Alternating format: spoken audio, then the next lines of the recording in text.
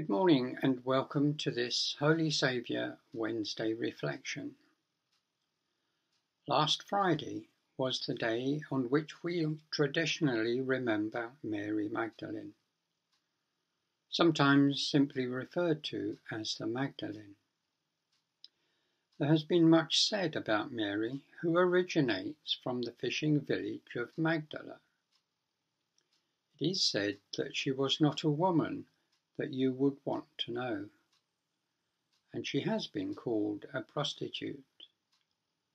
However, Jesus treated her the same as any other person and cleansed Mary of her 7 demons. On the surface, it might appear that Mary was not someone to take much notice of. She is someone whose voice we don't hear very much. Just a few sentences. There is very little about Mary in the Gospel stories, and yet Mary is an important person.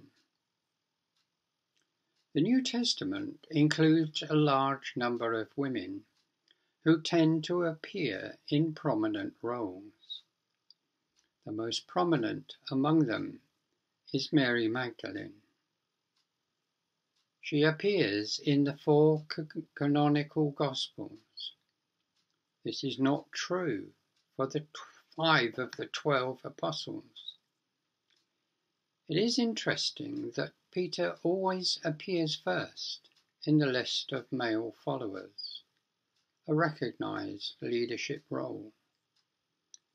In the same way, Mary always appears first among the female followers.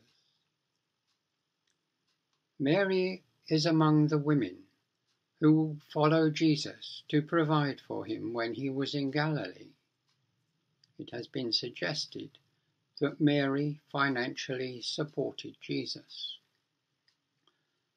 Wherever there is a group of women, Mary is there in a prominent role. And we see Mary at the foot of the cross, with Mary, the mother of Jesus, and the disciple whom Jesus loved. These 3 people who are important to Jesus. Mary is also there for the crucifixion. She is there when Jesus is buried in the tomb and sees the tomb sealed. On the first day of the week, that's Sunday, the 3rd day, a group of women go to the tomb with spices, as was the tradition, and they find the tomb open. And while the other women did not stay, it is Mary who stood outside the tomb, crying. And as she wept, she bent over to look into the tomb, and saw 2 angels in white, seated where Jesus' body had been, one at the head and the other at the foot. And they asked, "Woman, why are you crying?" It is at this point that we hear Mary's voice. She says, "They have taken my Lord away, and I don't know where they have put him."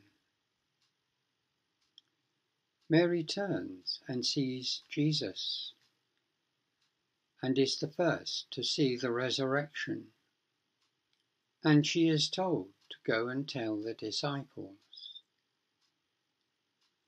From here on, there is little more to say about the Magdalene. Her voice and action is not mentioned. It's as though she had completely disappeared from the book. But Mary was a fervent follower of Jesus, and it's important to note that Mary was always there, ready to provide what is needed. It is her that encourages others. It is her that leads. It is her that is the prominent woman in the story.